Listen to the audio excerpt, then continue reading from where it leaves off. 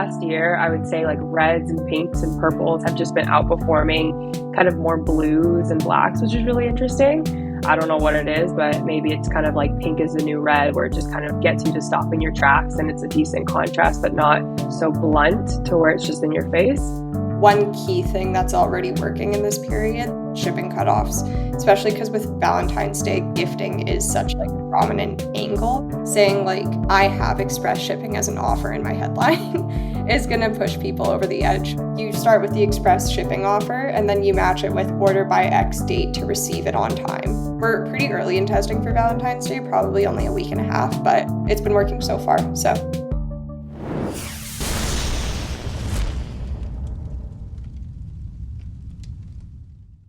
If you haven't yet used Motion, the creative analytics platform used by top e-com and D2C brands like Fiore, True Classic, The Farmer's Dog, Hexclad, and hundreds more to ship winning ads, here's why you should try it out. Everyone knows that the right creative is the number one lever for success with paid ads. That's how you make money. But consistently shipping new winning creative, you're gonna need your media buyers and your creative teams on the same page. Right now, you're probably spending hours tiring away going back and forth between Google Sheets and your ad platforms and tools, and then spending even more time plugging it all into different decks for the rest of your team. In a perfect world, you could have an elegant way to combine visual assets and performance data so media buyers can save time and creative teams can get the details they need to make great ads all in one place. And that's where Motion comes in. In seconds, you can build powerful visual reports using data from your ad accounts. You can monitor your performance metrics and see your visual assets in the same platform. No need to go back and forth across multiple apps. You'll finally have media buyers and creative teams working together to create and scale your next big winner. If you're ready to learn how the best D2C and e-commerce brands use Motion to ship winning Meta, TikTok, and YouTube ads, book a demo today or start a free trial at motionapp.com/DTC. Even better, Motion offers a monthly subscription plan so you can dodge those annoying annual contracts. Get 50% off your first month when you use the link motionapp.com/DTC on sign up. It's all killer, no filler. I'm Eric, this is the D2C podcast, and we are here with two of our top contributors, the Mavericks, we call them, the VIPs who contribute to our newsletter week in, week out.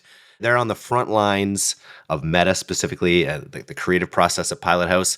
Jocelyn, Abby, welcome to All Killer No Filler. Today we're talking Valentine's Day, everyone's favorite made-up holiday, right? It was a Hallmark thing. First of all, we would just acknowledge Valentine's Day is just made up after Black Friday, after Christmas. There's the doldrums. We got Easter next. They had to make something up. They're like, we got to start sending each other hearts, and that's where we're at. How are you two thinking about it from the campaign standpoint? I think it's an interesting opportunity because it's the next, higher purchase intent period after Black Friday. So it's kind of that time to revamp your ad spend and ramp it back up, because a lot of people pulled back spend going into the new year because January tends to be a little bit lower. So I think it's a good time to start pushing budgets and bringing budgets a little bit further up before, the actual day of Valentine's Day. And then also kind of putting your Black Friday's learnings to the test into kind of this new period. But obviously, like, Abby's more on the buying side, so I can let her speak more to that.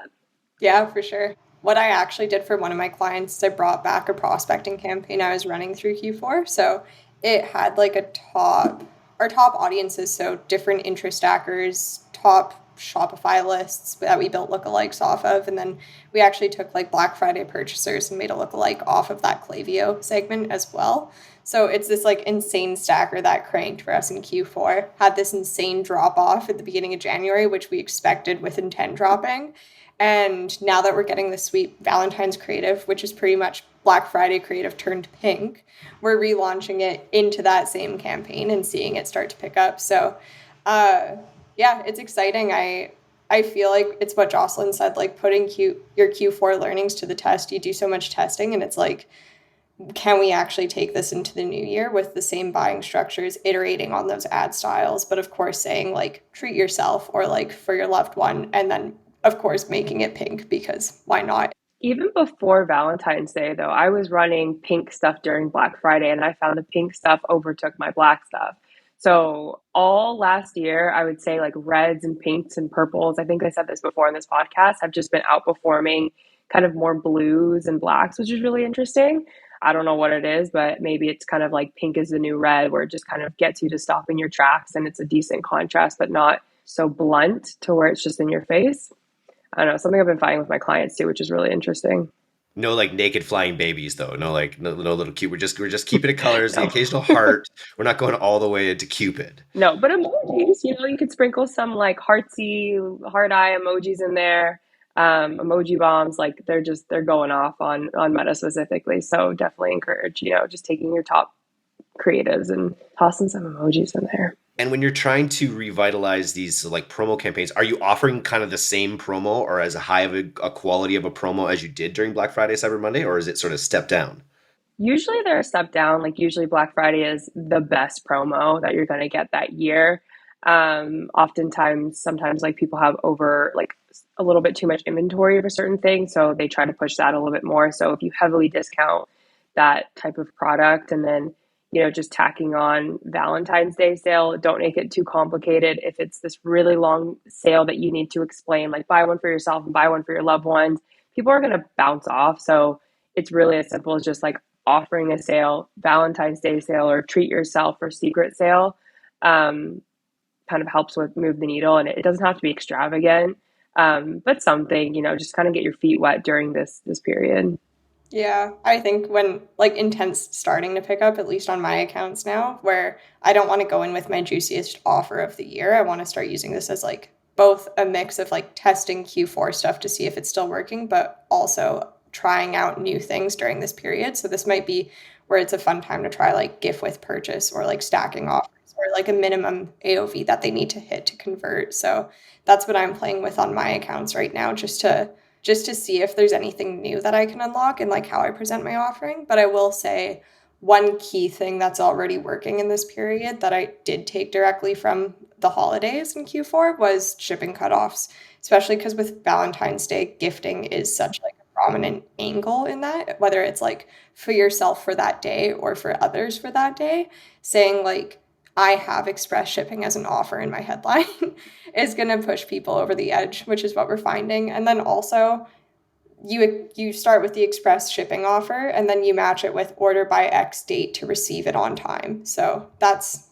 we're pretty early in testing for Valentine's Day, probably only a week and a half, but it's been working so far. So Yeah, anytime you can just add like real urgency or scarcity, right? So just tying it to that day. You don't want to be giving an IOU. Or even just saying like ships with like in 2 to 3 business days, like just having that reassurance, because everyone's been burned of like fake shipping. You get the shipping label and then it sits there for like a week before it actually gets sent out. So kind of just guaranteeing or just reiterating a protocol that you already have in place.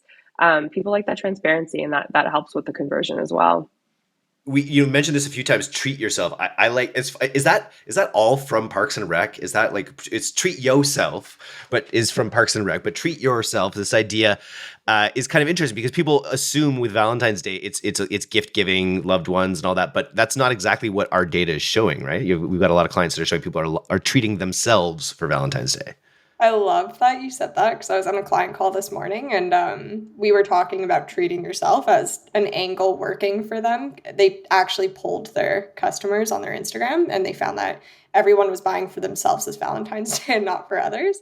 But after that, we started brainstorming, like, what do we do with this? What headlines do we try out? And we're actually going to make a green screen over the Valentine's Day gift guide with that actor. And he's like, treat yourself. So we love Parks and Rec. We do watch it quite frequently. I feel like, especially if you're pairing it with like a millennial woman, that's my show. So I am definitely capitalizing on trends when it comes to that. But also early in Valentine's testing, we've tested like I love you messaging where we swapped out like the O with the product, but now we're doing I love me and really just diving deep into like, who cares if you have a Valentine's or not, like treat yourself and have fun with it. So 2024 is the year of self-love, right? Definitely. And I remember one of our top creatives last year, it was more in the makeup industry. So a lot of, females buying it. And it literally was just like a pink shopping cart with the products in the shopping cart. And like, that's That's it. all it took. Like Valentine's Day, hearts, pink, and then it was easy. So it's kind of interesting because, I think it is a period of like treat yourself. That's amazing. Did you see we published it this week in the D2C newsletter, and it was how the Sweethearts company is taking advantage of all their misprinted sentiments on their little hearts, because they're specifically designed for situationships. So you don't actually want to say like love you or like you. You just want to have it be like totally unreadable, and you give it to someone and be like, it's a situationship. It's your interpretation of what the heart says. As murky as my replies. Yeah. Exactly. Really cool. Valentine's Day, it's always been an interesting one. Way back in the day, we used to run a lot of like e-cards and downloadables through this affiliate networking company. We used to do so much on just sort of sentimentality. It's funny. One of the things that a friend of mine always says, he runs a jewelry company. He always says, "Crying is buying." It sounds like right now we're not talking about like tapping into emotions too much. A lot of like treat yourself, a lot of like colors and hearts. Is there anything we're doing on that emotional front to try to tap into the crying is buying mentality? I don't know about crying is buying, but I know we have some like really catchy CGC where it's just like my man looks hot with this like product, and like kind of tying into that emotional appeal to it of the appeal to the product, and like like it's a specific type of t-shirt, and it's like, oh, like he looks good, and it's kind of like in a way buying it for yourself but also for your partner. So it's kind of funny. Yeah, emotional appeals like that, more positive. Uh, and spins like that. But I think CGC is where that opportunity is happening, and we've been pumping out a lot of CGC with different Valentine's Day hooks that have been going a long way. I know in the holidays we had one client where reactionary videos. That's the only crying content I've seen that's cranked. But actually, like having a little secret camera, I don't know if they're staged or not, but it's a little secret camera, and it's either the husband or the wife like just really resonating with the gift and just starting to cry, and that I think scales just based off of the social proof. People being like, "Aw, so cute," like. I want that. I want this gift type of messaging in the comments is where crying is buying works in my eyes. Yeah, reaction videos. I remember that one big client where people were giving songs and people being exposed to, these emotional songs just absolutely slayed. We were talking about this, but like, so we're running these now. What's the timeline on Valentine's Day? I guess any time from like a week ago through the date, basically, right? Yeah, another thing I'm happy I had this client call this morning. It's all so fresh in my head, but we were chatting on like, when do we cut Valentine's Day? And I think some people might be scared to like run it too close to Valentine's Day if there is a shipping cutoff because they're so concerned about gifting. But if the whole year is about treating yourself, then it really doesn't matter when it arrives.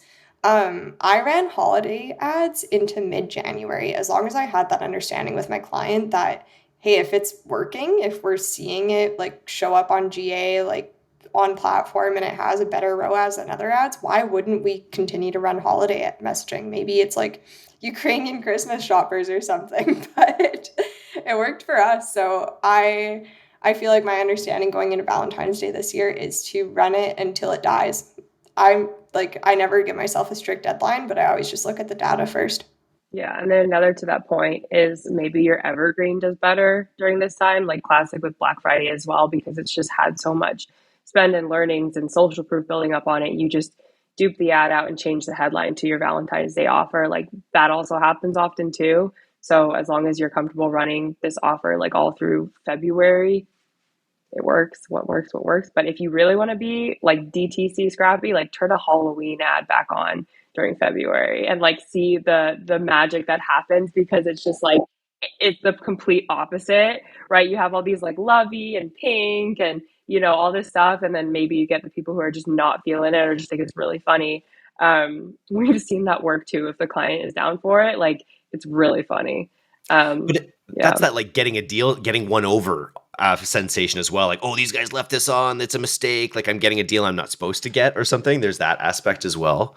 We also mentioned some stuff about anti-Valentine's Day in the newsletter this week. Talk about that a little bit, about that approach. I kicked off this podcast by saying Valentine's Day was a made-up holiday. So there is sort of a bit of a backlash against it a little bit. How have we leveraged that in campaigns before? I think from my personal experience, and I'll let Abby speak to this, is not going too heavy on anti-Valentine's Day. Like I think the treat yourself is like the perfect segue to that, where it's just like you're treating yourself. You don't have to wait to have like a partner or a loved one to buy for, but you can buy for yourself. I think that captures it. In my experience with my clients, going really hard on like negative Yeah. anti-Valentine's Day just hasn't converted. Again, it's too complicated. Like people don't want to think about it. If you have to explain your reasoning, it's just a little too much. But that's just from my experience that the treat yourself is like the perfect anti-Valentine's Day messaging. Yeah, I love Valentine's Day, so I hate thinking like that. I love love.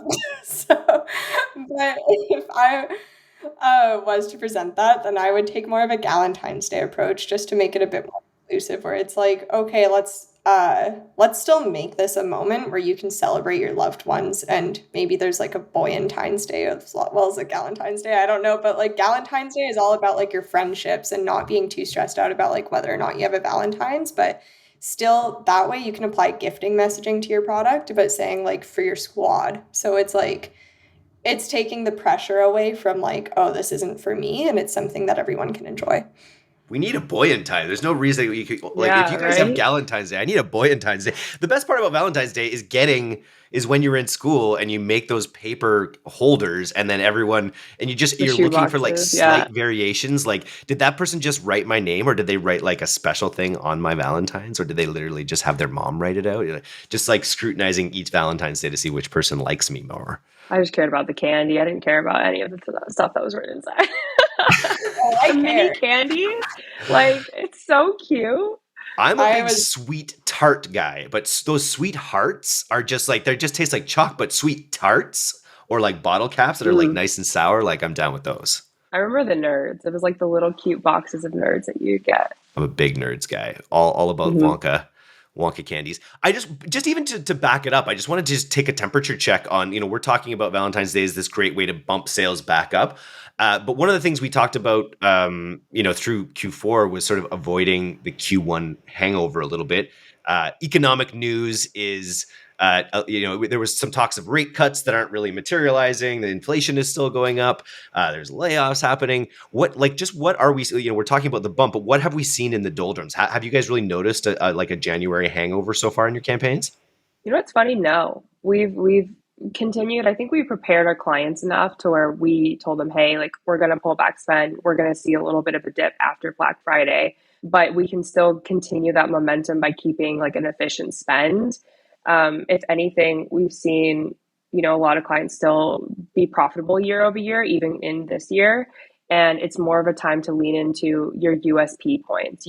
That's the time you don't have to slash your prices, but at least leaning into the content of why the product is unique and what benefits does it give to consumers, and kind of leaning into that. And I think kind of on par to like the New Year's messaging is a lot of our clients are evaluating their type of brand messaging, and maybe they're finding pockets that they never thought they would explore before, messaging that they wouldn't think they would allocate to their products, but the data says differently, and people are saying, hey, I resonate with this product in this way. And then we're finding clients are finally listening to that data and leaning into it more. So I think there's ways to kind of combat the economic situation that we're encountering in a smart and tasteful way.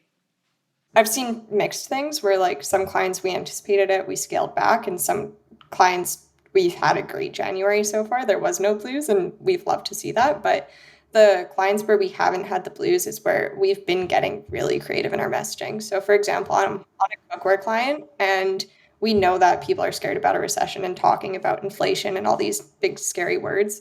So we're leaning into it in our ad copy. We're saying, hey, the price of food went up X%. So cook at home and buy our cookware because it'll Yeah. last a lifetime. So we're like leaning into it, and we're just like being forced to get more creative, which is never a bad thing. It's helping.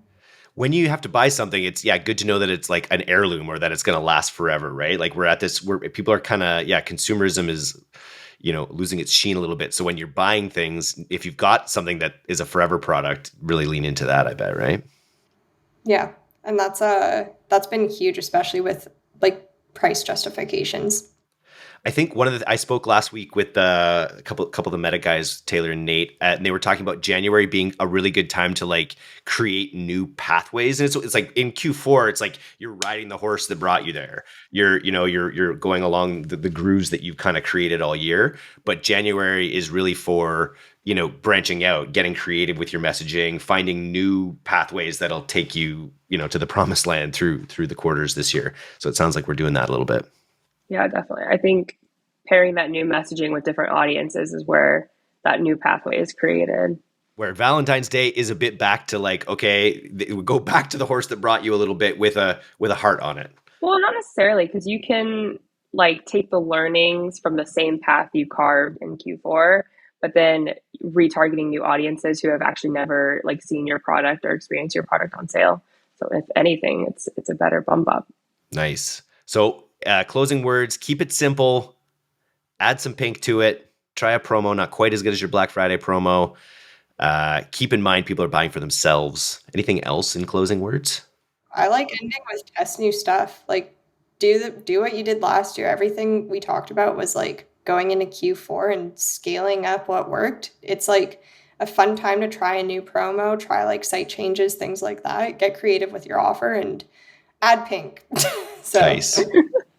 And for the love of God, treat yourself. Are you two going to be treating yourself during the holiday season at all? I treat myself every day. I don't need a holiday for that. Nice. Yeah, same. I've planned a ski trip, so that I'm going on a ski trip with Jeff and Kyle from Pilothouse. So that's going to be my treat myself this year on getting back on the slopes. Very excited about that. Mount Wash? No, we're going over to Silver Star. We have 8 of us going over, and a 10-person. And these guys that I've known in tech for like 10 years, but I haven't hung out with or sporadically for the last while. So it's gonna be fun. I'm very excited. That's awesome. Totally. Well, thanks for coming on today, guys. This was a lot of fun. Yeah, thank you. Thanks for having us.